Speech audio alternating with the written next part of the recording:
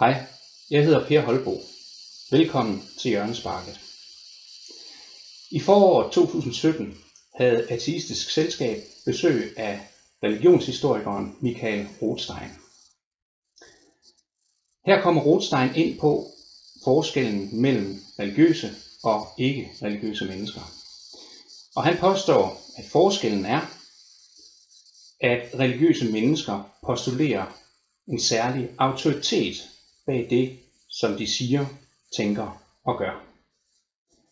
Lad os lige høre fra hans egen mund, hvad det går ud på. Forskellen er kun én eneste ting, og den er i virkeligheden meget, meget skrøbelig og meget, meget lille og meget, meget spinkel og i øvrigt foranderlig og elastisk og gummiagtig. Og det er, at de postulerer en særlig autoritet i forhold til det, de siger eller tænker eller gør. Har Rothstein ret?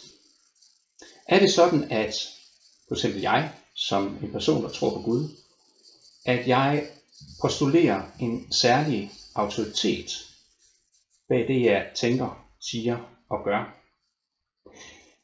Ja, i en vis udstrækning, så har han ret.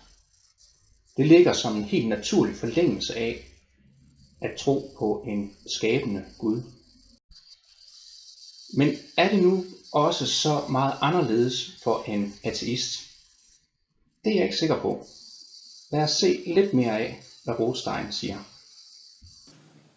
De opfinder, for nu at sige det meget kort, guder eller noget tilsvarende.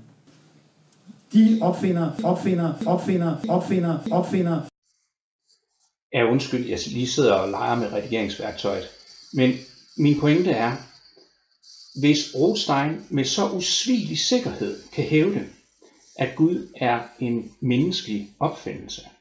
De opfinder, siger han. Er det så ikke et postulat?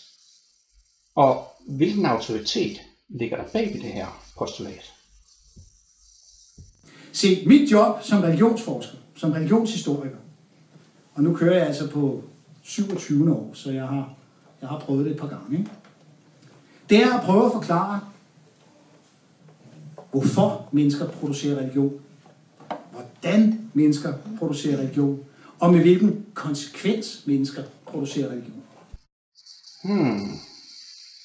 Okay, så Gud er en opfindelse, og mennesker producerer religion. Men Rothstein, det er jo postulater, og de bliver fremført med stor autoritet.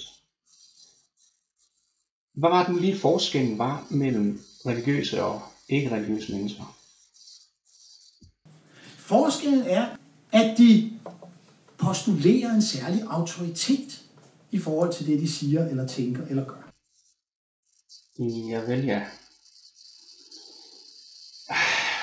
Rothstein, du har nok tabt mig lidt der. Jeg kan ikke lige helt se, hvad forskellen så egentlig skulle være mellem det, som jeg som troende siger, når jeg siger, at jeg tror på en Gud, og så når du postulerer, at der ikke findes en Gud. Lægger du ikke lige så meget et postulat om autoritet bag, hvad du siger?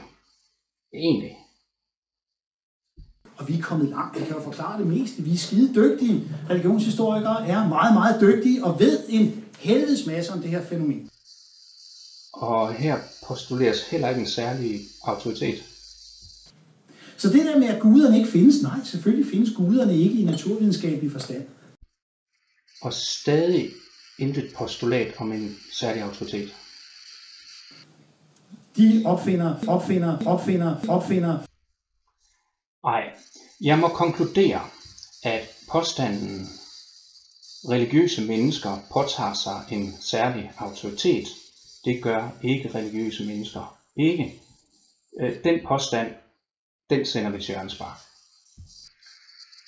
Tillad mig at postulere uden nogen sådan særlig autoritet, at forskellen mellem den, der tror på Gud og den, der ikke tror på Gud, ikke er, at den ene postulerer en særlig autoritet, men snarere, at den ene tror på Gud, og det gør den anden ikke. Og så kunne vi jo passende slutte af med Rothsteins egen kommentar. Lev og lad leve, ikke? Det går jeg ind for.